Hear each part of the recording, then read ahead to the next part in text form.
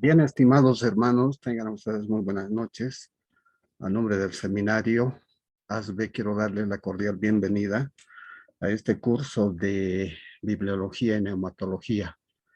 En realidad, el objetivo es siempre poder compartir junto con todos todas estas experiencias, todos estos conocimientos que han sido desarrollados a lo largo del tiempo.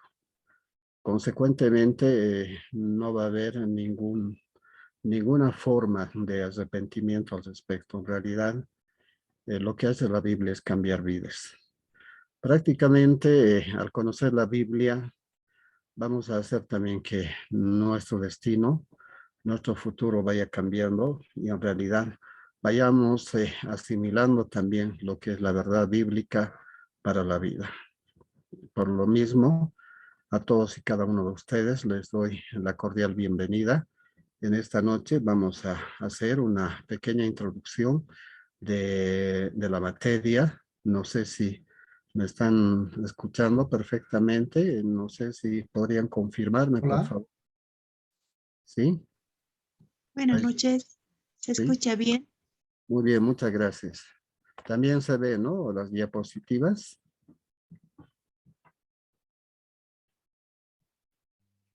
Sí, Ya, pastor, todo está excelente. ya, perfecto. Entonces, antes de comenzar, vamos a encomendarnos con una palabra de oración. En esta noche simplemente vamos a hacer lo que es la parte introductiva de la materia. Vamos a ir explicando también cómo vamos a ir desarrollando este proceso.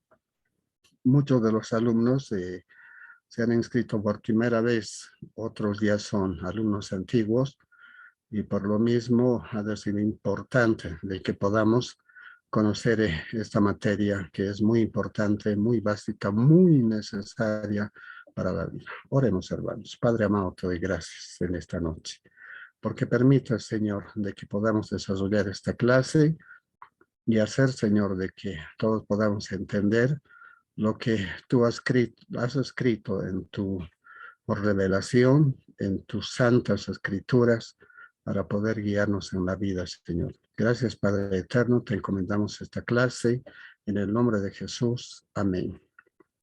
Muy bien, hermanos. Entonces, comencemos nuestra clase. La materia se divide en dos partes. No solamente vamos a hablar de bibliología. La bibliología es el estudio de la Biblia. Y hay una segunda parte que tiene que ver con el estudio del Espíritu Santo. Entonces, esta materia es bien interesante porque abarcan estas dos disciplinas de la teología sistemática, tanto el estudio de la Biblia como el estudio del Espíritu Santo. ¿De qué forma vamos a ir desarrollándolo? Vamos a ver algunas características de ello para ver cómo las vamos a desarrollar. Este es el programa de lo que es la materia de bibliología. Contienen varios temas. Hoy vamos a hacer una pequeña introducción general. La próxima semana ya vamos a asumir una descripción ya más pormenorizada del contenido de la bibliología. Después hablaremos del origen sobrenatural de la Biblia. Claro, obviamente tiene un origen la palabra de Dios. Y esto tiene que ver con la revelación. Dios es el que ha revelado las escrituras. No solamente las ha revelado, sino que ha inspirado a los hombres para que las registren, las guarden como un testimonio de lo que Dios tiene para cada uno de nosotros como un mensaje de salvación, un mensaje para la salvación y para la vida también. Hay una obra del Espíritu Santo que es la iluminación. Esta obra del Espíritu Santo es la que nos da el entendimiento de las escrituras. Hay personas que no necesariamente son estudiosos de teología, simplemente son hermanos en la fe, pero entienden perfectamente la palabra. Entonces, aquí es donde vemos la obra de la iluminación. Hay pasajes a veces difíciles que no comprendemos los que estamos estudiando, pero sencillamente los hermanos en su simpleza la entienden perfectamente. Ahí está la obra de la iluminación que va otorgando esa característica. Otro aspecto importante de la Biblia es la autoridad. La Biblia es autoritativa en sí misma, no necesita que haya otros elementos constitutivos de carácter humanista, no necesita libros, explicaciones. La Biblia se entiende y se explica por sí misma. Por ello se refleja la autoridad de la Biblia.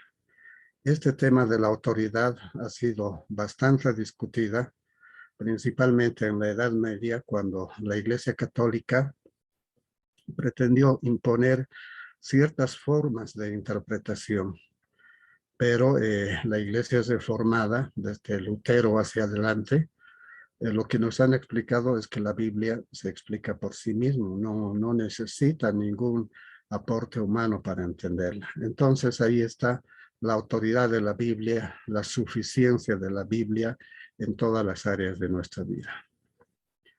Luego vamos a ver también unos temas interesantes. Vamos a hablar brevemente de los manuscritos. Toda la escritura inicialmente ha sido registrada en manuscritos, ya sea de papiro o también en rollos. Los más famosos son los rollos del Mar Muerto. Y estos manuscritos nos dan un testimonio vivo de que realmente la palabra de Dios a lo largo de la historia no ha variado, permanece en el tiempo, es una palabra de carácter eterna y por lo mismo estos manuscritos nos dan la veracidad de esta existencia. Las versiones antiguas de la Biblia es otro de los temas también interesantes porque tenemos que ver que la Biblia originalmente vino en dos idiomas, el hebreo, el Antiguo Testamento y el Nuevo Testamento con el griego, aunque también hay algunas palabras registradas como el arameo. Entonces, han habido varias traducciones y por lo mismo también se han ido construyendo varias versiones de la Biblia. Entonces hay versiones antiguas que dan testimonio de ese registro. Uno de los más famosos es la Septuaginta. La Septuaginta se abrevia con la letra romana 70. Entonces ahí está este registro que, por cierto, permanece hasta en estos tiempos. Usted va a la librería bíblica y va a poder encontrar todavía este texto de la Septuaginta. Vamos a hablar del canon, o sea, cuáles o qué libros han sido divinamente inspirados. No todos los libros de la Biblia han sido inspirados por Dios. No todos los libros tienen ese carácter autoritativo. Hay muchos libros de carácter apócrifo, principalmente en el Antiguo Testamento durante la etapa entre el Antiguo y el Nuevo Testamento. En realidad hay un silencio del testimonio de Dios, ya no hubo profetas desde Malaquías hasta los evangelios. Han sido como 400 años de silencio y es que en estos años han aparecido estos libros de carácter apócrifo. Es decir, que son libros que no son inspirados, no son canónicos y por lo mismo no se los toma en cuenta. Aunque en nuestra Biblia, la Reina Valera se reconoce 66 libros, la Biblia católica reconoce 72. ¿Esto qué implica? Implica de que también se han reconocido algunos libros apócrifos y por lo mismo ellos lo llaman tardíamente canónicos y forman parte de ese texto. Pero en realidad para la iglesia reformada, para la iglesia protestante, simplemente hablamos de 66 libros. Vamos a hablar del canon en hebreo, cómo se ha formado este canon a lo largo de la historia bajo el celo del pueblo de Israel. El canon del Nuevo Testamento, hay varios libros apócrifos en el Nuevo Testamento que no se han tomado en cuenta. Uno de los más famosos es el Pastor de Hermas.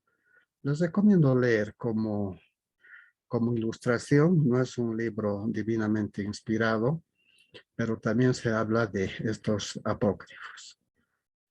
Vamos a hablar de las lenguas originales de la Biblia, de lo que ha sido originalmente el hebreo, después algo del arameo en el Antiguo Testamento y algunos pasajes que vamos a identificarlos.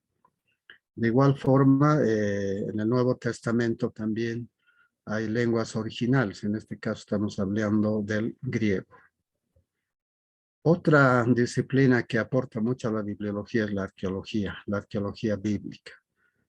Hay muchos hallazgos que se han encontrado en estos tiempos y en realidad vienen a justificar, vienen a confirmar lo que dijo la Biblia originalmente. Hay muchas cosas que no se las puede entender. Por ejemplo, hubieron algunos pueblos, algunas naciones que se registran en la Biblia. Pero los de la alta crítica, los arqueólogos, han tratado de identificar esos pueblos y aparentemente históricamente no existían. Pero la arqueología ha hecho de que la Biblia confirma, de que la Biblia dice la verdad. Entonces hay un trabajo muy interesante de la arqueología bíblica. Vamos a hablar de la versión castellana. ¿Cómo ha llegado nuestra Biblia? Quizás el trabajo de Casiodoro de Reina y Cipriano de Valera. Estos dos personajes que han invertido casi toda su vida para traducir la Biblia desde los originales hasta el castellano. Es la primera traducción completa de la Biblia en los años 1500 y prácticamente ha revolucionado a todo el mundo hispanohablante. Hasta hoy tenemos como la versión más representativa, más respetada, eso es la versión castellana de la Biblia. Otro tema interesante es la crítica textual.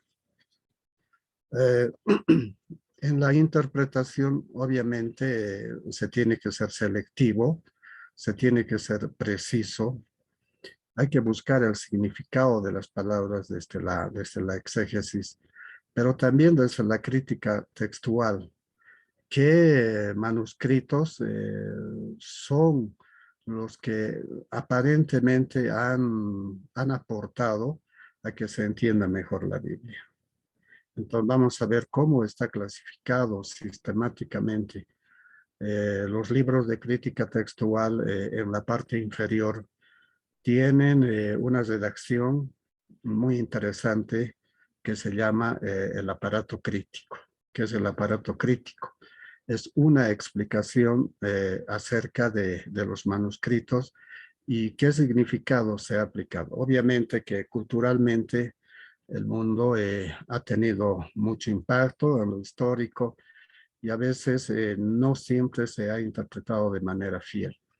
Por lo mismo, la crítica textual tiene por objetivo llevarnos a la verdad en la interpretación de la palabra. Finalmente, hablaremos de la vitalidad, la preservación y los métodos de estudio bíblico. Interpretar la Biblia es muy importante. La vitalidad, esto es lo que impacta demasiado. Aparentemente, la Biblia es un solo libro, pero en el fondo son los libros, son varios libros, es una pequeña biblioteca.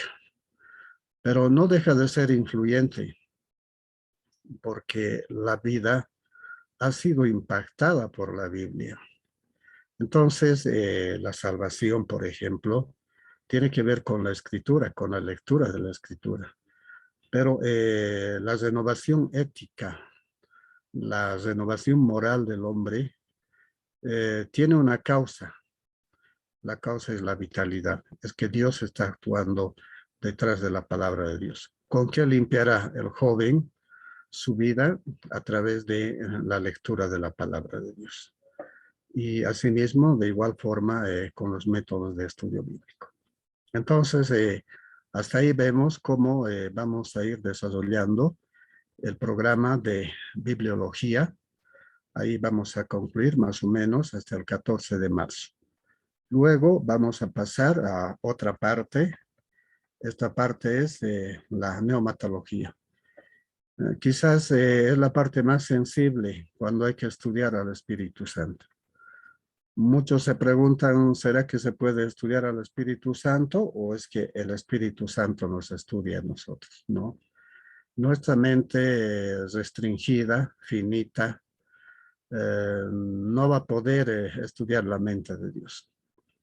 Consecuentemente, la única opción que tenemos es el de acercarnos a través de qué? A través de la lectura de su palabra. ¿Y qué nos dice el Espíritu Santo sobre esto? Hay muchas doctrinas que vamos a ir viendo, por ejemplo, la Trinidad de Dios, Dios Padre, Dios Hijo, Dios Espíritu Santo. Esta doctrina ha sido muy discutida a lo largo de la historia de la Iglesia. Actualmente la figura queda claro. Está definido que Dios se manifiesta en tres personas. Es una sola persona, no son tres personas distintas. Ese es el misterio. Nosotros lo entendemos como humanos, tres nombres, entonces tres personas. No, aquí estamos hablando de una sola persona, trino, pero Dios Padre, Dios Hijo y Dios el Espíritu Santo. Vamos a hablar de la deidad y personalidad del Espíritu Santo. Bueno, el Espíritu Santo es Dios. Hablaremos de su personalidad. Esta es la parte interesante del Espíritu Santo. Tiene capacidad de pensar, tiene capacidad de sentir y tiene capacidad de decidir, ¿no? Al igual que nosotros. Pero en la deidad del Espíritu Santo se hace manifiesto el poder de Dios. Si es que ahora, después de nuestra conversión, estamos avanzando en la espiritual, indudablemente es la obra del Espíritu Santo. Hablaremos de los nombres, tipos y figuras del Espíritu. Bueno, hay diversos nombres que registra la palabra de Dios. Hay tipos, o sea, los tipos son las ilustraciones, las figuras mediante las cuales Dios nos ha revelado acerca de la obra del Espíritu Santo. El Espíritu Santo en el Antiguo Testamento, ¿cómo se ha entendido? El Espíritu Santo en el Antiguo Testamento solamente estaba en algunas personas selectivas, reyes, profetas, etc. En cambio, en el Nuevo Testamento ya varía eso. El Espíritu Santo está sobre todos y cada uno de nosotros. Entonces ahí vamos a ir estudiando la obra del Espíritu Santo con relación a Cristo, la obra del Espíritu Santo en el creyente. Hay algunas obras del Espíritu Santo, especialmente hay que ver el bautismo. El bautismo es la obra del Espíritu Santo que nos pone en Cristo, nos sitúa en el cuerpo de Cristo. Sus características, el resultado del bautismo del Espíritu Santo. El hombre nacido de nuevo tiene experiencia, experimenta todos estos cambios que proceden de la obra del Espíritu. Lo vamos a desarrollar. Es interesante, es lindo todo esto. La obra del Espíritu Santo en el creyente. Obviamente que el Espíritu Santo también cumple una obra con el creyente, a diferencia del hombre del mundo que no tiene esta capacidad de poder llegar al conocimiento de esta verdad. O sea, el hombre sin Cristo vive para sí mismo y vive en su esfuerzo, vive por él mismo. En cambio, nosotros somos guiados por el Espíritu Santo y por ello un mandamiento es que el creyente sea lleno del Espíritu. Vamos a hablar de la morada del Espíritu, el sello, el asas. Esa es la promesa de que en el día escatológico vamos a ser definitivamente redimidos. La redención tiene un sello, es las asas del Espíritu Santo. El fruto del Espíritu Santo y los dones del Espíritu. Vamos a identificar el fruto del Espíritu y los dones. Vamos a ver qué dones tenemos y cómo podemos servir. En realidad, cuando se trata de servir a Dios, no se trata de un lugar, sino de un lugar para posicionarse, sino que vivir en el espíritu, desarrollar los dones del espíritu, indudablemente van a tener que ver con un lugar para servir, no para ser grande. El pecado contra el Espíritu Santo es un tema muy interesante, que es la blasfemia contra el Espíritu Santo. Quienes experimentan este pecado, indudablemente que no son los creyentes. La inspiración de la Biblia y finalmente vamos a volver a afirmar esta doctrina de la distinción entre lo que es la revelación y la inspiración. Entonces, hasta el 16 de mayo, estaríamos ya concluyendo este programa de neumatología. No sé si tienen alguna pregunta o alguna consulta antes de pasar a la segunda parte de nuestra explicación de nuestra clase. Adelante, hermanos.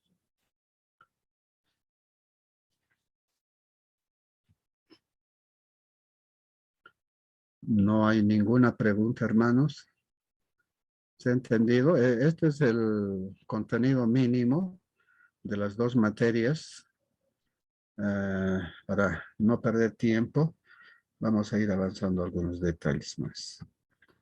Vamos a utilizar una bibliografía. Obviamente, esta bibliografía está en la biblioteca del seminario o alternativamente pueden bajarlo de internet. Entonces, hay un libro que se llama La Santa Biblia, Palabra Inspirada de Dios. Es una edición argentina y, por cierto, tiene un buen contenido. Les recomiendo la lectura. José Flores es un autor español, una buena explicación de lo que en realidad es la Biblia. Este libro está en biblioteca. Teología sistemática, tomo 1 de Schaffer. Es necesario básicamente darse una lectura a este librito para poder enriquecer nuestros conocimientos de bibliología. Un autor, John Stott, él ya no vive, él ya ha fallecido, pero ha dejado una inmensa cantidad de libros y por lo mismo ha de ser muy necesario de que podamos ver esta bibliografía. Les voy a pasar yo las diapositivas el día de mañana o pasado para que lo tengan, entonces no tengan ningún inconveniente poder estar revisando cada detalle. Entonces ahí está el librito de John Stott, Cómo comprender la Biblia. Otro libro, La revelación e inspiración de las escrituras. También es un texto muy importante que está en nuestra biblioteca. En neumatología hay un libro de Campbell Morgan, El Espíritu de Dios, de la editorial CLIE. Por cierto, es una obra bastante, no más voluminosa, debe tener como 200 hojas y es muy enriquecedor. Les recomiendo la lectura. Billy Graham, este gran evangelista, también en su experiencia evangelística ha escrito un libro acerca del Espíritu Santo. Este libro está en internet, pueden bajar. Higelman, Jorge, el programa del Espíritu Santo. Este libro que viene a continuación es importante, de Edwin H. Palmer, el Espíritu Santo. Realmente muy ilustrativo y muy interesante el texto. Y finalmente, el libro base que nos va a servir para estudiar, para el examen, para todo ello, es el libro de Ryder Charles, El Espíritu Santo. Eso les voy a pasar yo en digital, lo vamos a tener en nuestro WhatsApp. Entonces, esos son los textos que vamos a estudiar, tanto en bibliología como en neumatología. Continuemos entonces.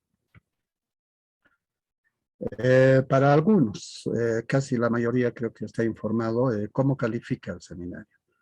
En realidad, el seminario trabaja con los parámetros de la Dirección Departamental de Educación, de la ley Avellino-Signani y por lo mismo con esos parámetros tiene el siguiente sistema de calificación. Una asistencia participativa, o sea, la asistencia vale 20 puntos. Esto quiere decir que al final la clase de hoy, en el WhatsApp, en el grupo de WhatsApp que tenemos, lo van a registrar su asistencia. Las evaluaciones parciales, un 20%. La práctica en la iglesia, un 10%. Ahora hay que hacer un proyecto, es una pequeña monografía, eso vale 25 puntos. Les voy a ir dando los temas para que lo trabajen. Esta monografía me lo entregarán el último día de clases. Hay un examen final, vale 25 puntos. Cabe aclarar que las evaluaciones parciales equivalen a 10 puntos cada uno. Entonces, ambos parciales, primero y segundo parcial, suman los 20%. El total, entonces, es el 100% de la nota que se va a calificar. La nota mínima para aprobar, hermanos, es 51. Hay 50 más 1%. Solo que hay un detalle, hay dos cosas que no podemos denunciar porque nos podría perjudicar bastante. Uno es la presentación de la monografía que vale 25 puntos. Y el otro es la asistencia participativa. Si no pudieran asistir por alguna causa, entonces lo que tendrían que hacer, hermanos, simplemente es pedir permiso por el WhatsApp. No hay ningún problema. Es fácil aplicar esa petición y lo vamos a considerar como licencia. Ahora, ¿qué ocurre si el estudiante no hace la monografía de 25 puntos? No se le toma en cuenta la asistencia participativa. Por eso es importante la monografía. Yo les voy a dar con anticipación los temas de la monografía, de modo que lenta y progresivamente vayan desarrollando su trabajo final. Entonces, ese es el sistema que adopta el seminario. Entonces, está ahí. Bien, hermanos, hasta aquí, si hubiera alguna pregunta, estamos llanos a responder, tal vez una aclaración. Si está claro, entonces, Buenas sí que el noches, silencio. pastor. Buenas noches. Adelante, hermano. Henry. Dos consultas. Primero, como usted dice, la monografía u otros trabajos, ¿van a ser presentados en físico o en digital? Van a ser presentados en digital porque este semestre, a razón de la pandemia, estamos trabajando todo en digital, virtualmente, hermano. Ya, Entonces, vamos a habilitar un correo electrónico. El trabajito con todas sus características me lo van a enviar a ese correo. ya, pastor. De igual manera, lo referido a práctica en la iglesia. Evidentemente, como usted sabe, y bueno, por la misma pandemia, ya lo habíamos visto el año pasado también, nos han dado otros trabajos debido a que en las iglesias, o por lo menos en la mía, ya están establecidos, digamos, tanto los lunes, los martes y las prácticas en las redes y en cada actividad de las células, ¿no? Las células están conjuntas, es decir, no se puede uno presentar para hacer una práctica como era antes de la pandemia. Así que no sé, pastor, si existiría la posibilidad de presentar algún otro trabajo o alguna otra situación referido a esta la práctica en la iglesia. Sí, vamos a reemplazar en el seminario, hay un curso bíblico de la serie de Emmaus. Entonces, podemos llenar ese librito. Yo les voy a dar el libro. No tiene un costo alto. Lo llenan ese libro y eso va a reemplazar esto de la práctica en la iglesia. Ok, gracias, pastor. Esas eran mis dudas. ¿El librito que nos va a decir con tiempo o sobre la marcha para ya presentarlo? Eso me imagino que va a ser también al final con la presentación de la monografía, ¿no, pastor? Sí, con la monografía. Yo les voy a ir anunciando en las siguientes clases el libro que vamos a leer, el librito de Maus. Se compra en el libro, lo lo llenan, ahí contiene un pequeño examen, ese librito, después lo devuelven al seminario y el seminario les va a entregar con un certificado y una nota de calificación. Entonces, esa nota de calificación ha de ser su práctica en la iglesia, hermano. Ok, gracias, pastor. Muy bien, yo creo que con eso hemos absuelto toda duda. A ver, trataremos de ingresar a lo que es el desarrollo de nuestro tema ahora. Haremos una pequeña introducción acerca de lo que es la bibliología. La palabra Biblia, en realidad, ¿qué significa la Biblia? Muchas veces pensamos que la Biblia solamente tiene que ver con el contexto espiritual. A veces pensamos que la Biblia solamente es para la iglesia. Entonces, se tiene que aplicar a la salvación específicamente. Pero las teologías modernas ya están explicando que la Biblia tiene que ver también con la vida.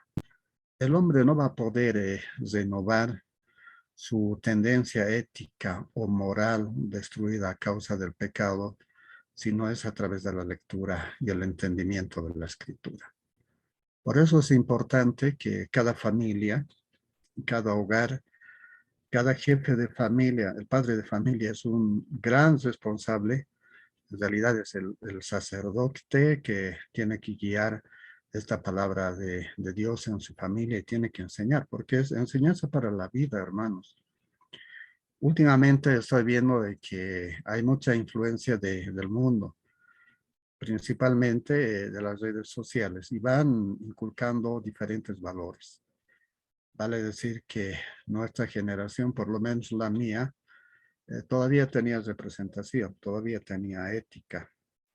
Todavía pensaba de que el matrimonio es para toda la vida y hoy se piensa que el matrimonio simplemente es una experiencia. Entonces necesita el hombre leer la palabra de Dios, aplicarla en su vida diaria, porque solamente la Biblia nos va a dar el parámetro, nos van a dar las directrices para poder entender claramente lo que es la vida. Estamos diseñados para depender de Dios. Es un diseño de Dios, nuestra dependencia de Dios.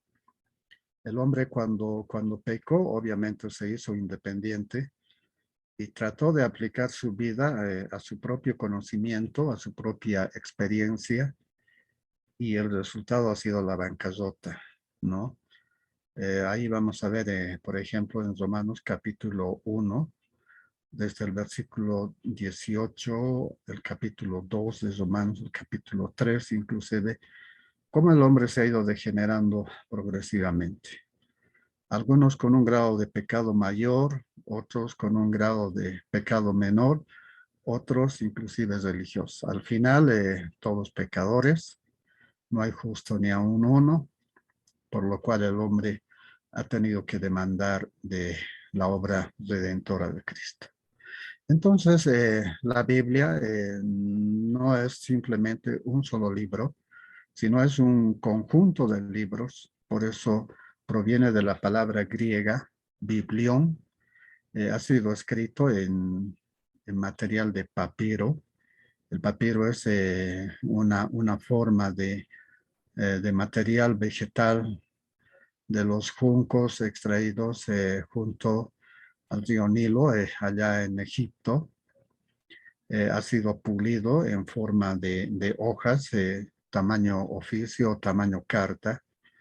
En la sociedad bíblica he podido ver objetivamente cómo realmente es un papiro, realmente increíble. Es un material muy parecido a, a, a a esas bandejas de plástico para poner en la mesa. Muy lindo, impresionante. Solamente que es un material, como es material orgánico, no tenía mucha duración. Pero ha servido en su tiempo para poder registrar la palabra de Dios. Han ido preservando esta palabra, los copistas se han encargado de eso, Ese ha sido el gran aporte del pueblo judío, que siendo receptores de la palabra de Dios, los ha preservado a lo largo del tiempo. Literalmente, Biblia se traduce como los libros. En latín podemos decir también que es el libro por excelencia. Una autora, una poetisa chilena, Alfonsina Storni, al hablar de la Biblia decía, ¿cómo puede la gente vivir sin ella? O sea, sin la palabra de Dios. En realidad es el pan nuestro de cada día. Necesitamos inmiscuirnos, examinar, estudiar, porque ahí está la esencia de la sabiduría. Nosotros no tenemos sabiduría por nosotros mismos. Nuestra experiencia, nuestro contacto con la naturaleza no nos da victoria. Entonces tenemos que apelar a la Biblia. Por eso la importancia de este libro, que muchas veces ha querido ser extinguida, por lo menos durante la época del Renacimiento, cuando la racionalidad del hombre ha tratado de suprimir a la palabra de Dios, pero con todo, en las circunstancias, la Biblia permanece hasta el día de hoy. Entonces, la palabra de Dios está vigente como nunca. No es necesario que esté actualizada, porque la Biblia está escrita para todos los tiempos. Está compuesta por 66 libros, divinamente inspirados por el Espíritu Santo. Si un libro bíblico no es inspirado por el Espíritu Santo, entonces quiere decir que no es canónico. No se lo considera como libro autoritativo. Es autoritativo porque es nuestra autoridad en materia de fe y en materia de conducta.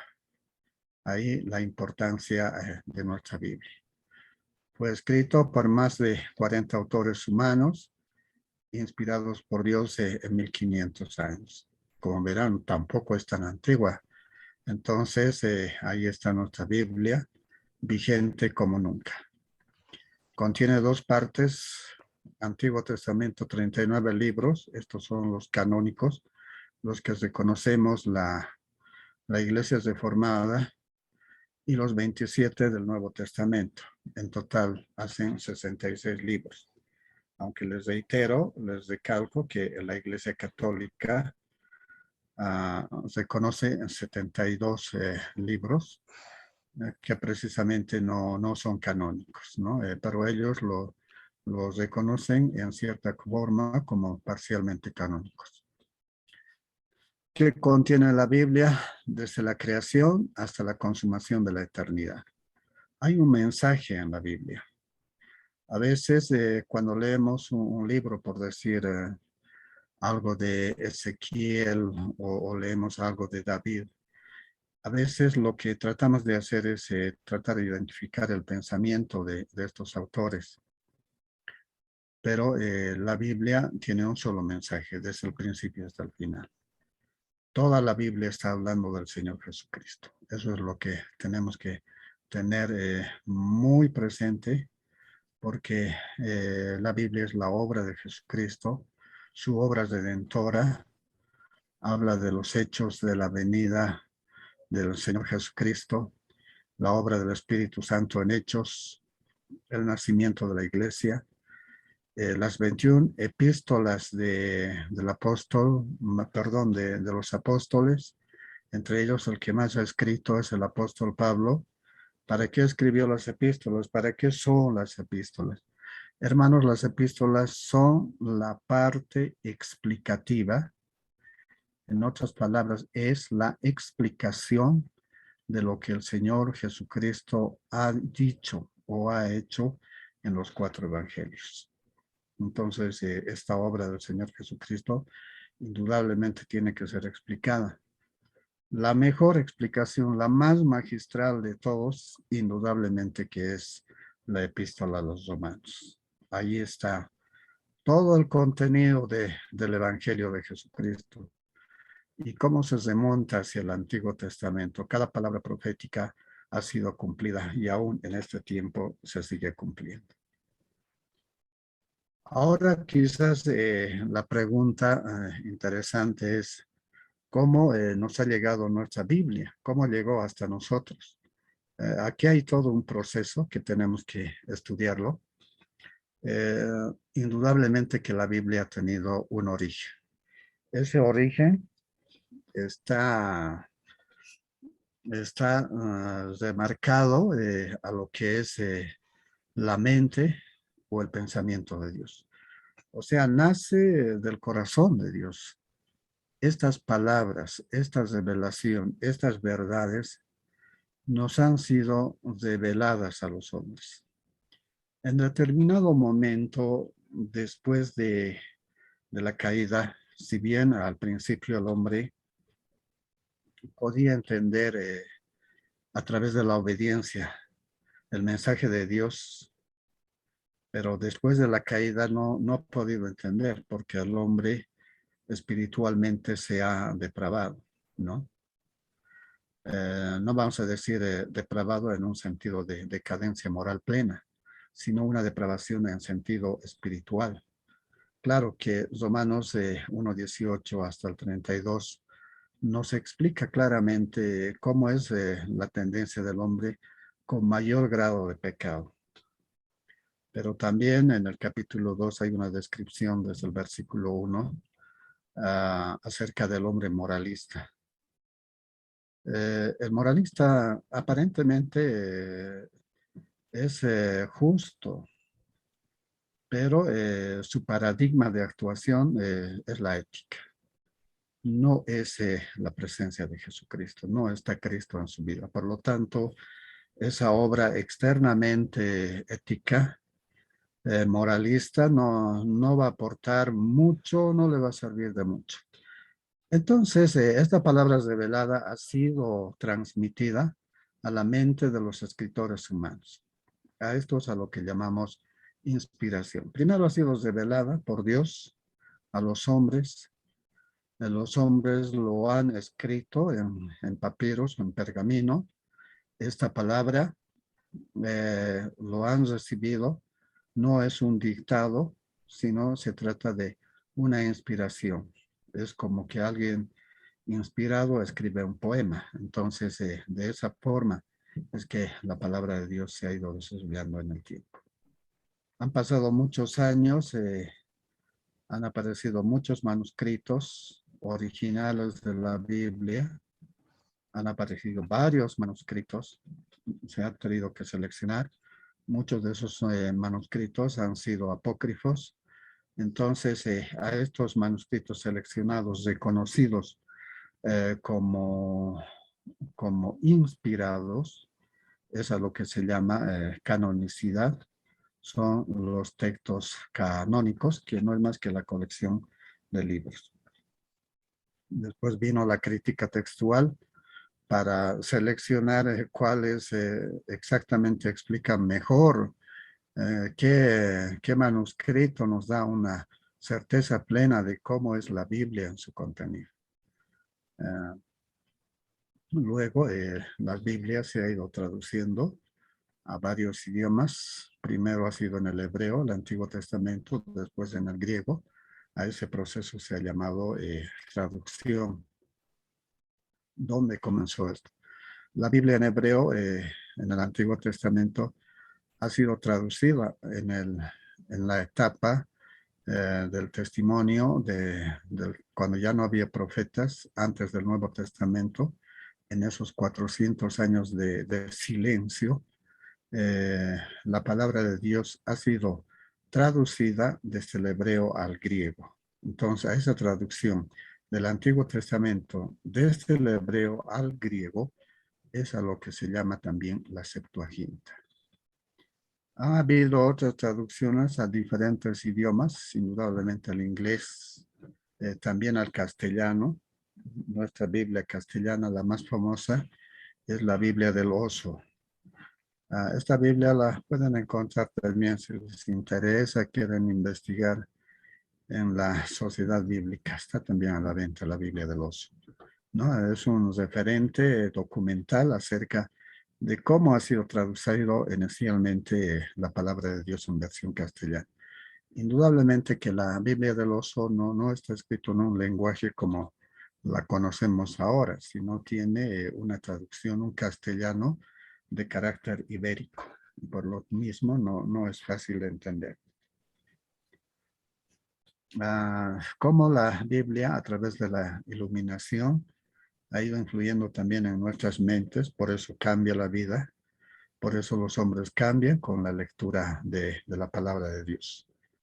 Ahí está la aplicación, los cambios en nuestra vida y finalmente la comunicación. Indudablemente que esta verdad que hemos experimentado tiene que ser comunicada a otros. Esa es la historia del Nuevo Testamento, del Antiguo Testamento y cómo es que nos ha llegado este mensaje. Indudablemente vamos a ir desarrollando esto, vamos a hacer un tema especial de la revelación. Hay dos tipos de revelación, una revelación general y una revelación especial. La próxima clase vamos a ver esto. Ahora tal vez la pregunta que todos nos planteamos, principalmente los jóvenes postmodernos, dicen, pero ¿para qué necesitamos la Biblia? ¿Por qué necesitamos la Biblia? Hermanos, necesitamos la Biblia porque el hombre ha sido diseñado para ser imagen y semejanza de Dios. Es decir, para poder entender la voluntad de Dios. Solamente de esa manera el hombre puede corregir, puede transformar su vida. Si no tiene ese conocimiento de Dios, indudablemente que va a navegar en la intemperie, sin un mapa cartográfico en su vida, y por lo mismo la situación se plantea en esos términos. Hay una manito de Nikos, no sé si está queriendo aportar algo. Adelante. Pastor, buenas noches. Pastor, una consulta. Usted acaba de decir, bueno, que la juventud posmoderna en este momento, efectivamente, en un tiempo contemporáneo, rechaza la Biblia. Y bueno, no sé, tal vez si nos podría definir qué es lo que entiende por posmodernidad y bueno, y tal vez nos entender que no solamente ha pasado en esta época el rechazo de la palabra del Señor, sino es una constante histórica. Claro, gracias. El posmodernismo es una tendencia filosófica que trata de explicar la vida. De lo que se trata es que la gente aprenda a disfrutar y a vivir las circunstancias, la experiencia del tiempo, la experiencia de la vida, la experiencia del momento. No preocuparse ni por el pasado ni por el futuro, sino vivir el presente. Ahora, la Biblia, ¿de qué se trata? Se trata de nuestro destino eterno, ¿no?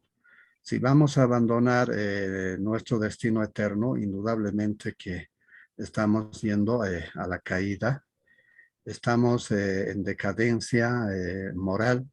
A ver, imagínense esos movimientos de la ideología de género, ¿a qué nos está llevando? A que podamos aceptar, a que podamos legitimar, a que podamos institucionalizar algunos conceptos que van contra la Biblia precisamente. Y muchos jóvenes lo han adoptado como un sistema de vida. Si yo voy a la plaza del estudiante, ahí en esa placita veo varias consignas. A veces veo a señoritas jóvenes proclamando la libertad de una ley del aborto, están reclamando una ley. Entonces, todas esas son influencias postmodernas que van precisamente contra la Biblia. Por ello es que es importante de que nosotros vayamos rescatando estos principios y vayamos llegando a lo que es la verdad, a lo que dijo el Señor. El Señor lo que nos dijo es que seamos obedientes a su palabra. Adán y Eva al principio lo fueron, pero después pecaron y cayeron. Ahora nosotros, con la ayuda del Espíritu Santo, tenemos la posibilidad de andar en esa obediencia. No sé si les he respondido, hermano, o quiere aportar algo. No, sí, pastor, efectivamente tiene toda la razón. Sin embargo, ¿no? Hacer notar que, bueno, que la posmodernidad es un poquito más complicada, es decir, ¿no? reestructura el lenguaje, y a través del lenguaje es donde usted efectivamente dice, ¿no? Se crean nuevas posturas de género, se crean incluso formas de vida, ¿no? Es decir, la deconstrucción ha hecho que incluso la interpretación bíblica llega a niveles no sé, de sentidos abstractos, ¿no? Sin embargo, el liberalismo dentro de la sociedad, yo creo que no solamente se da en épocas posmodernas, ¿no? No olvidemos que a principios del siglo XX ya se estaba empezando a dar, ¿no?, un resurgimiento de lo dionisiaco y lo apolineo, es decir, comamos y bebamos que mañana moriremos, ¿no? La sociedad ha llegado a un límite en el cual se empezó a normalizar la violencia como se está normalizando hoy en día, ¿no? Los regímenes tal vez no estamos llegando aún a esa época, pero, ¿no?, han desconocido la palabra de Dios y de ahí han caído en sus propios vicios, así como usted efectivamente decía en Romanos. Entonces, yo creo que tal vez no solamente es la posmodernidad, ¿no? Es decir,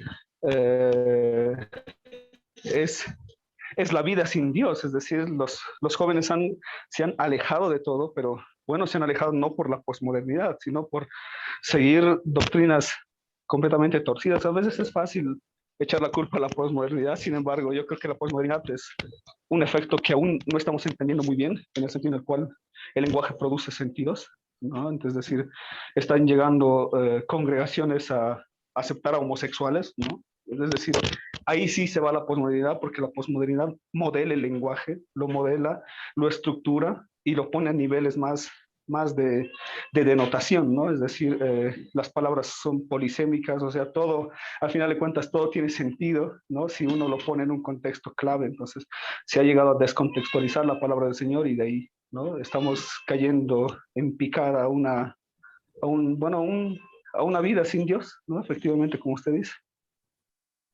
Gracias, hermano Nikos. En realidad ha sido un gran aporte. Le agradezco mucho su Pastor. participación. Que Dios le bendiga. Sí, adelante, Víctor. Pastor, al respecto, bueno, como un aporte también, ¿no? Como hemos visto ya también en otras materias, evidentemente el hombre quiere vivir pues como él quiere, ¿no? O sea, vemos desde el principio, como usted dice, la depravación de Adán, concibe en esa situación, o estamos en Adán, o aceptamos al mundo como es, o las cosas que nos da el mundo, es decir, vivimos como se nos da la gana, o aceptamos la voluntad de Dios y cumplimos las normas, que eso es estar en Cristo. Es decir, aceptamos la voluntad del Señor y nos adherimos a lo que Él nos está dando. Y la Biblia nos permite eso. Y vamos a la pregunta, ¿no? Como dice el hermano, muchos hablamos, yo incluso me incluyo, que cuando no conocemos la Biblia, es decir, no hemos leído la Biblia en su extensión y no la hemos entendido parte por parte, podemos decir que es un libro antiguo, es un libro que no está acorde a la situación, pero yo quisiera invitar, digamos, a todos a leer totalmente la Biblia. Yo he tomado los cursos, digamos, acá en ASBE, precisamente porque yo decía, yo leí la Biblia, sí, pero no la he leído o sea, no la he interpretado, no me han analizado, no he hecho el exégesis, no he entrado en eso. Y vamos, como dice el hermano, el posmodernismo. O sea, moderno es aquello que ha pasado después del siglo XX y lo post es lo que estamos viendo actualmente. Evidentemente, las corrientes, ¿por qué surgen? Surgen porque inclusive se ha creado la famosa psicología bíblica que vemos que del siglo XIX ya se perdió, hasta el mismo autor se perdió y sin embargo algunos cristianos asumen esa situación como legados éticos y de otra manera. Entonces vemos que no están agarrando el sentido de la palabra. Si queremos agarrar o vivir en Cristo, tenemos que cumplir las normas. Dice, sí, como dijo el hermano, algunas iglesias aceptan a homosexuales, ¿no? Evidentemente hay que ver esa situación, cómo lo están tomando. O sea, Cristo dice, evidentemente, yo los acepto a todos, pero siempre y cuando ustedes me consideren su Señor y su Salvador, creen en las obras de redención que yo he conseguido, creen en Dios, creen en la Santísima Trinidad. O sea, no es así tal cual. O sea, hay que verlo en su real magnitud, lo que es la Biblia. La Biblia, vámonos al Génesis, vámonos a todo lo que es el Pentateuco, vámonos a los libros proféticos, vámonos a a la parte de la historia misma. Si todos han leído, un hermano o uno del mundo ha leído todo eso y no le ha cambiado la vida o no la ha transformado, entonces es porque realmente está recurriendo a otra situación. Yo veo, he leído a Lee Strobel, el caso de Cristo.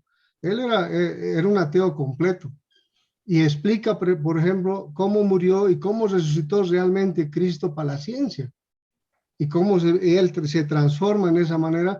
¿Por qué? Porque Dios ha trabajado en su vida precisamente para lo que ahora es. Es un predicador, es un pastor que ha leído la Biblia en su extensión. ¿Por qué? Conociendo todos los misterios que, o sea, lo que Dios nos quiere revelar a través de su palabra. Eso, pastor, por favor. Muchas gracias por su aporte, hermano. Hay unos trabajos interesantes sobre estos temas de Francis Schaeffer. Hay algunos libros en la biblioteca.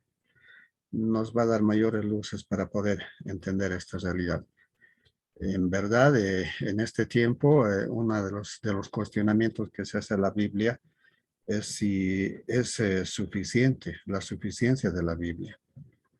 Pero nos damos cuenta con la verdad bíblica de que la Biblia es suficiente para el hombre. Tiene la capacidad de responder a todos sus problemas. Entonces, es el hombre que en su rebeldía muchas veces no quiere hacerlo. En realidad, el hombre es imagen de forma metafísica en relación a Dios, porque tal vez ha perdido parte de su imagen ética. Precisamente esa línea de pecado es la que muchas veces nos lleva a malas interpretaciones, nos lleva a perder en el camino la verdad. Nos hace ver como que la Biblia es insuficiente. En Daniel 12:4 nos dice, el tiempo del fin, muchos correrán de aquí para allá. El conocimiento aumentará. Quizás aparezcan mayores filosofías que van a tratar de justificar al hombre en pecado. Eso es lo que están haciendo las modernas ideologías. Pero tenemos la Biblia como un baluarte, como una reliquia. Parece anticuado, pero no lo es. En realidad es la respuesta a las preguntas de la humanidad de este tiempo. Muy bien, continuamos entonces. ¿Cómo hay que hacer para leer la Biblia? Todos sabemos que la Biblia tiene una idea principal, es la obra de nuestro Señor Jesucristo, desde el Génesis 3:15, que es el famoso protoevangelio, primer evangelio. Desde ahí ya viene la promesa hasta el Apocalipsis.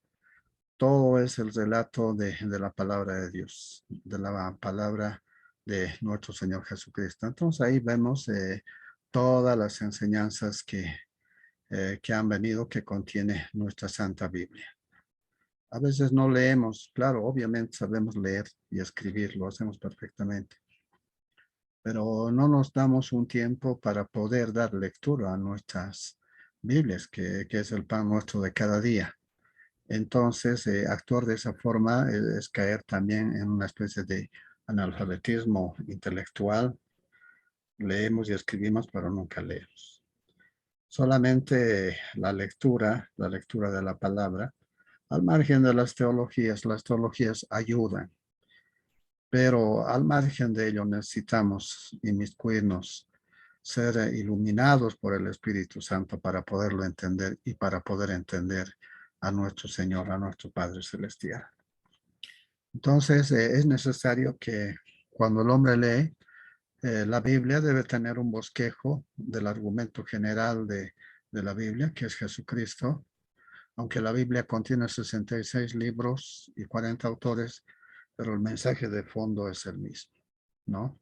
Hay otras verdades transversales, sí, pero el mensaje de fondo es Jesucristo.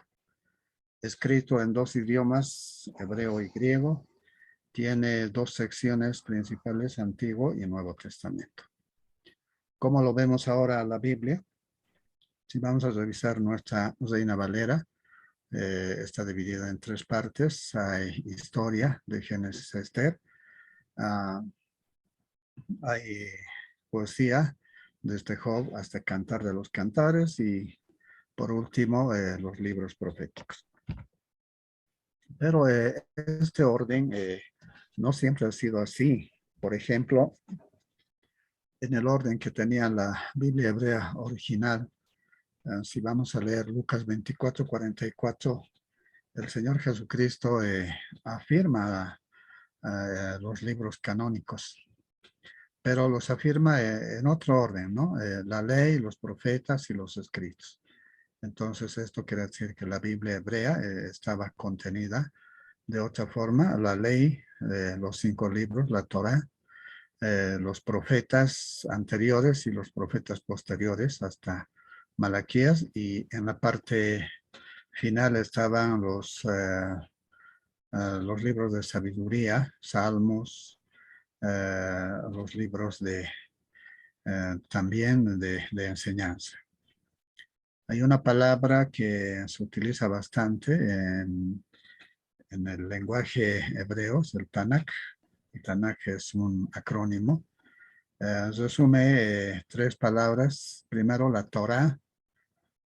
Se los resume con una T, la ley de Moisés. El Nevi'im significa los libros de los profetas y el Ketubim significa los escritos. Entonces, la misma Biblia. Obviamente que originalmente tenían otro orden. El Nuevo Testamento tiene 27 libros. Para poder entender al Nuevo Testamento, indudablemente tenemos que apelar al hecho histórico ocurrido en la etapa de silencio, desde Malaquías hasta el Nuevo Testamento. Hay hechos históricos que nos van a explicar. Indudablemente que el imperio, más bien Malaquías, está bajo el dominio de los persas, pero el Nuevo Testamento comienza bajo el dominio del Imperio Romano. Pero antecede a esto el Imperio Griego.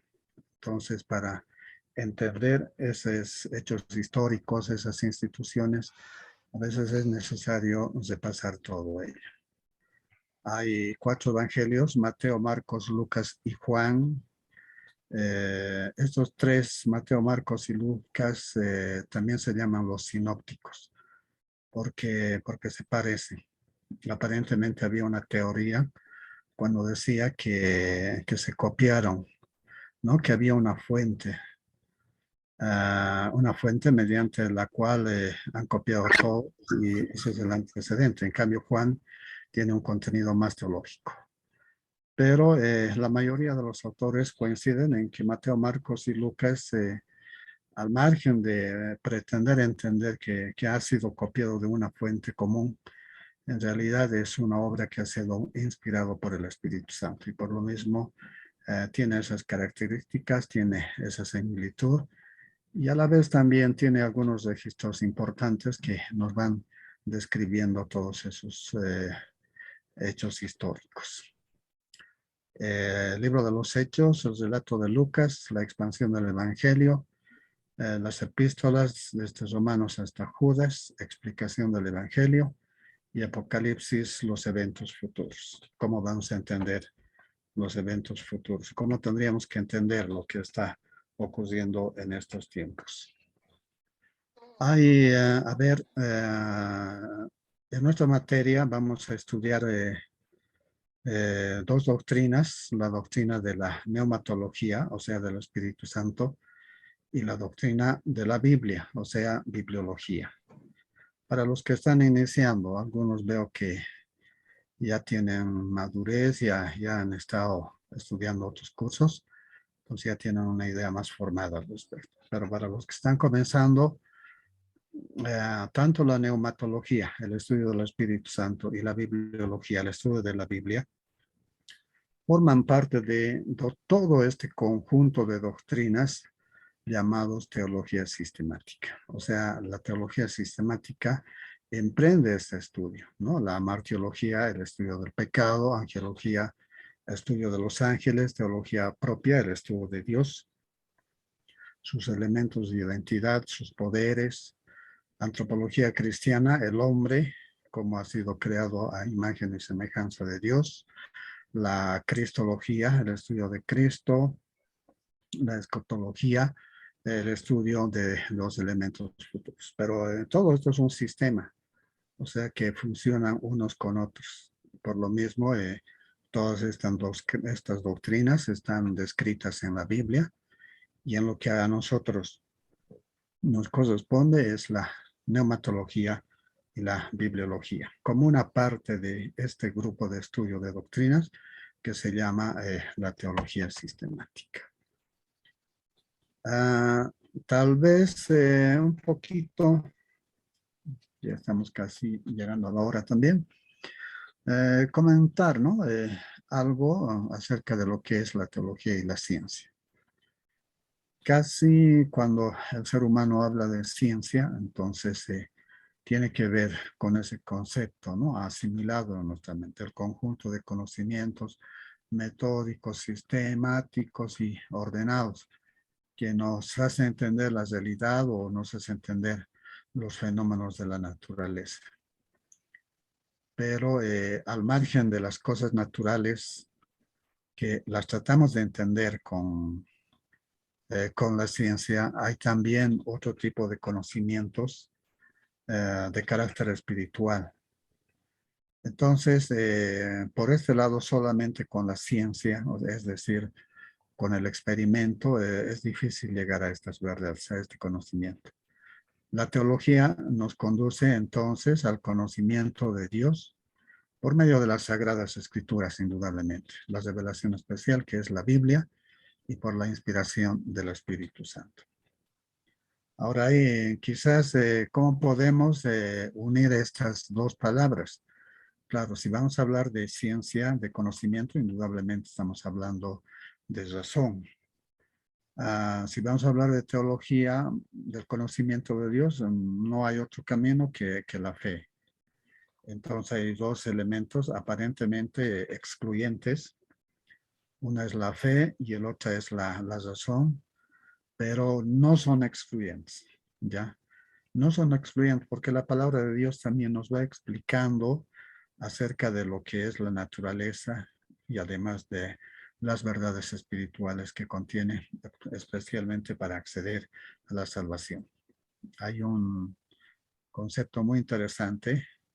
Si vamos a aplicar solamente la fe, sin apelar a la razón, porque indudablemente tenemos que reflexionar la palabra de Dios, entonces tenemos que usar la razón. Solamente fe es superstición. He visto muchas iglesias que solo apelan a la fe, no quieren razonar la palabra, entonces, lejos de ser muy, muy bíblicos, se convierten en supersticiosos. Ahora hay iglesias también, ¿no? Muchas razón, todos racionalismo, y con el tiempo se van a convertir en racionalistas. Es necesario hacer también un equilibrio con la fe. Por eso es importante que tanto la teología y la ciencia, el conocimiento, vayan juntos, no de manera excluyente, sino para darle la gloria a Dios, para darle las gracias, dice Romanos, y para darle la gloria a Dios. Es el objetivo final del hombre en este tiempo. Tal vez para explicar, hablaremos de los paradigmas. Las ciencias humanistas utilizan paradigmas, o sea, los paradigmas explican los fenómenos naturales. Entonces, estos paradigmas se manifiestan en modelos o paradigmas que cambian con el tiempo. Por ejemplo, la teoría de Newton ahora resulta obsoleta con relación a la teoría de la relatividad de Einstein. Entonces, los paradigmas van cambiando periódicamente, o sea, van reestructurando la teoría, van reestructurando el conocimiento. Puede generarse un conocimiento, por decir, del 99%, y puede quedar pendiente un conocimiento del 1%. Entonces, a esas pendientes, porque no son verdades absolutas, la ciencia siempre va a dejar un pendiente, siempre va a dejar un margen. A eso es a lo que llamamos anomalías. Anomalía es la ausencia de perfección. Por eso es que desde esa parte el hombre difícilmente va alcanzar al conocimiento de Dios, porque el conocimiento de Dios es perfecto. No tiene esos paradigmas que van a cambiar con el tiempo. La verdad es una.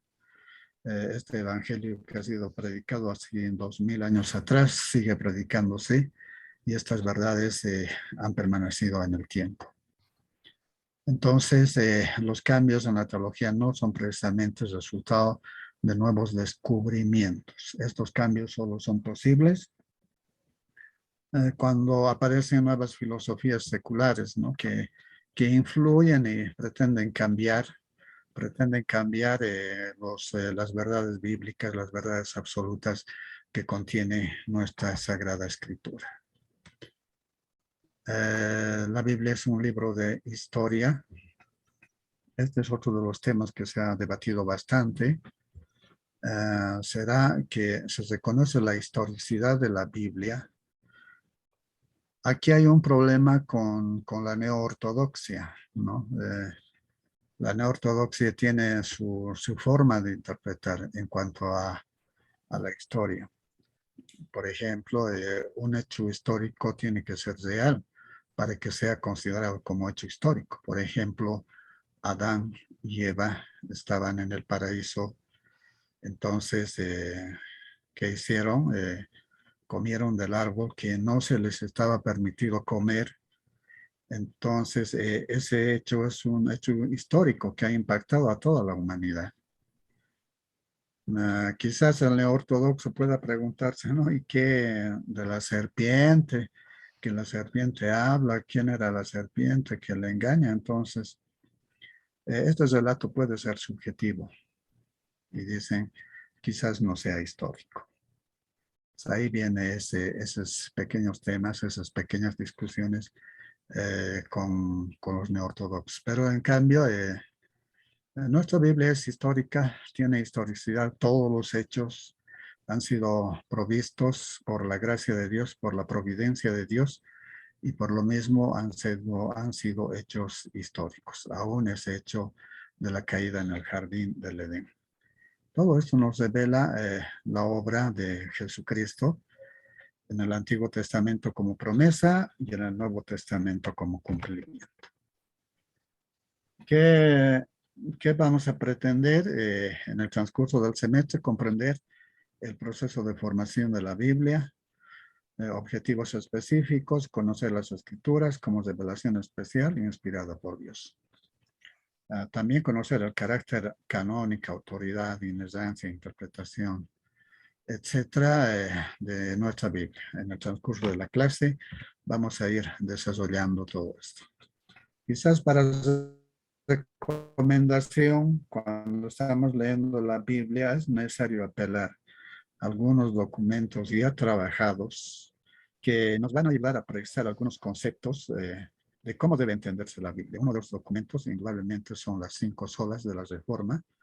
La sola escritura, que le da autoridad a la escritura, es autoridad suficiente en materia de fe y en materia de conducta, o sea, para la salvación y para la vida. Hay una sola fe, un solo Cristo, un solo Dios, a él sea la gloria. Entonces, todo ello nos ayuda a entender de forma clara, precisa y objetiva lo que es la doctrina bíblica y cómo debemos entender la Biblia. Quizás podamos encontrar algunos referentes en el internet y echarle una lectura acerca de estos contenidos nos van a ayudar a entender mejor la Biblia. Otro libro interesante es la Confesión de Westminster. Es un documento teológico, apologético. Muy lindo el libro, nos explica cada detalle de lo que es el credo cristiano protestante que ha sido promulgado en 1643. Cada concepto nos va a ir hablando de la revelación, de la Biblia, del canon, explicado muy detalladamente, de forma entendible. Les recomiendo leer esta confesión porque nos va a ayudar mucho a los que están iniciando. Quizás algunos ya lo han leído. Entonces, a los que están iniciando va a ayudar bastante para poder entender lo que es la Biblia. Quizás nuestra clase es insuficiente, no va a alcanzar. Pero, hermanos, es necesario de que podamos apelar siempre a algunos documentos. No obstante, la Biblia es lo esencial, la lectura de la Biblia. Estos comentarios vienen como una aplicación secundaria. La Biblia tiene que estar ahí, a nuestro entorno, en nuestro velador, compartir con la familia, con los hijos. Es decir, que vayamos perpetuando familias bíblicas, ese es el objetivo. Si hemos experimentado la salvación, hemos recibido esta bendición, debemos meditarlo en la familia, pero a la vez nuestros hijos van a generar también otras familias. Entonces, que generen familias bíblicas, que no generen familias dirigidas, digamos, por el conocimiento humano, por el humanismo, de lo que hemos hablado hace rato atrás, sino de lo que es la verdad bíblica, porque es la única garantía de vida para el presente y para la eternidad.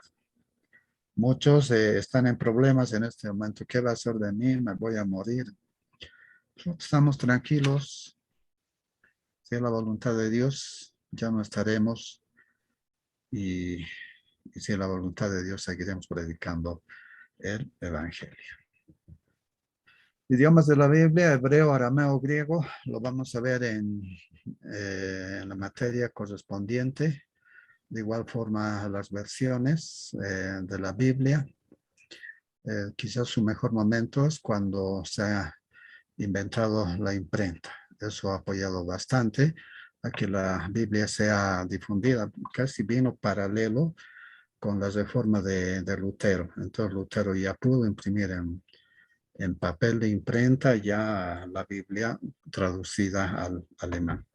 Muy interesante, nos ayudó bastante. Hoy la tecnología también ya está publicitando las Biblias, las Biblias digitales, pero es mejor a veces sentarse en una ventana, tener una Biblia en nuestras manos y darle una lectura. Nos ayuda bastante. De verdad, es diferente leer en digital que leer así en físico. Nuestra famosa Biblia. ¿En qué materiales se escribió? Piedra, arcilla, en los 10 mandamientos, ¿en qué estaba? En piedra, arcilla, Ezequiel, madera, papiro, pergamino.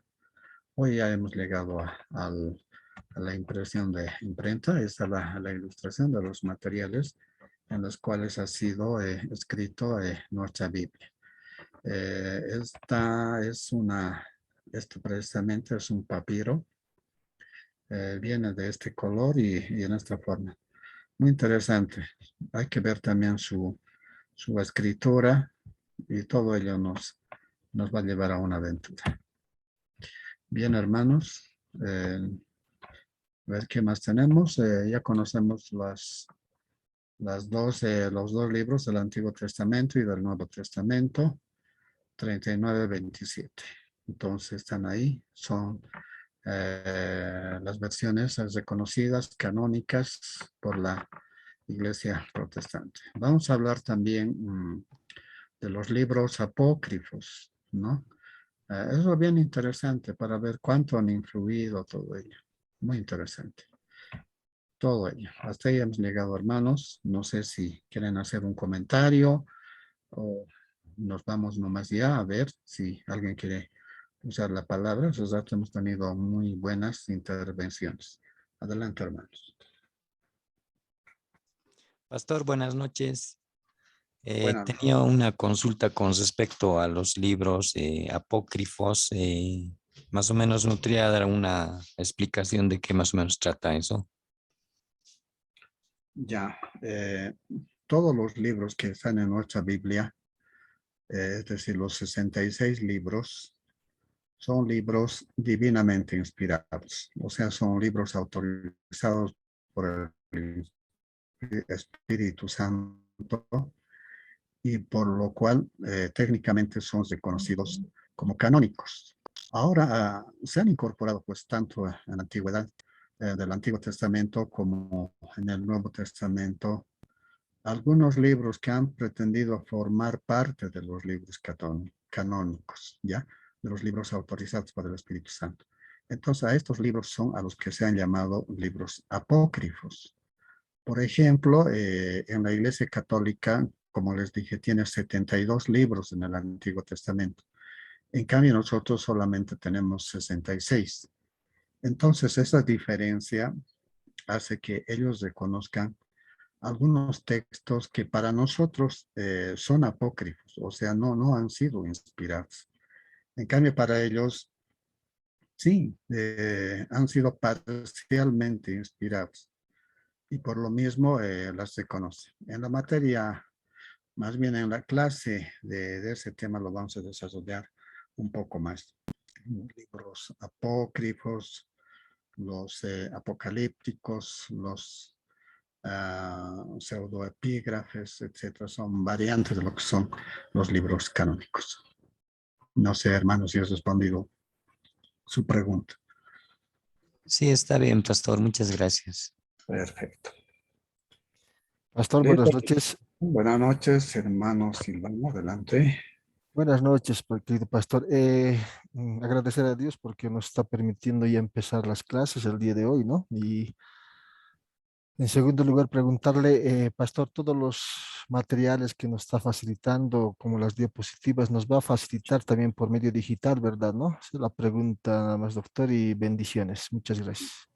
Sí, hermano, lo vamos a pasar en digital al WhatsApp, al grupo de WhatsApp, para que lo tengan ahí como un antecedente, como un registro, para que no se pierda también, porque la memoria es frágil, que quede algo. Entonces va a estar ahí, hermano. No se olviden al final de la clase de colocar en el grupito de WhatsApp, coloquen simplemente, escriban lo presente. Entonces, ahí se va a ir calificando la. Bien, hermanos, ha concluido nuestro tiempo. Les agradezco mucho su paciencia. Es apasionante el estudio de la Biblia. Realmente es un libro que nos va a ayudar bastante a crecer.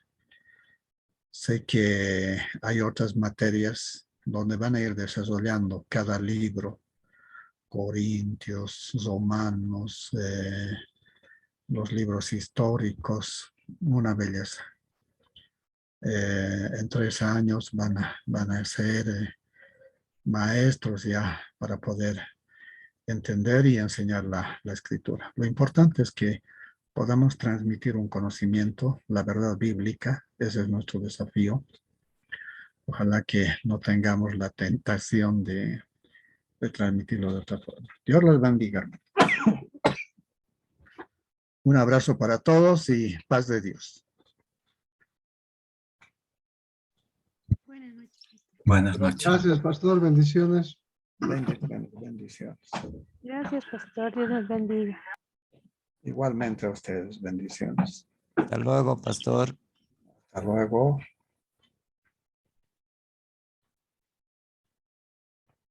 Hasta luego, hermanos y pastor. Muy buenas noches. Bendiciones. Igualmente para ustedes, bendiciones. No olviden poner su asistencia en el grupo de WhatsApp.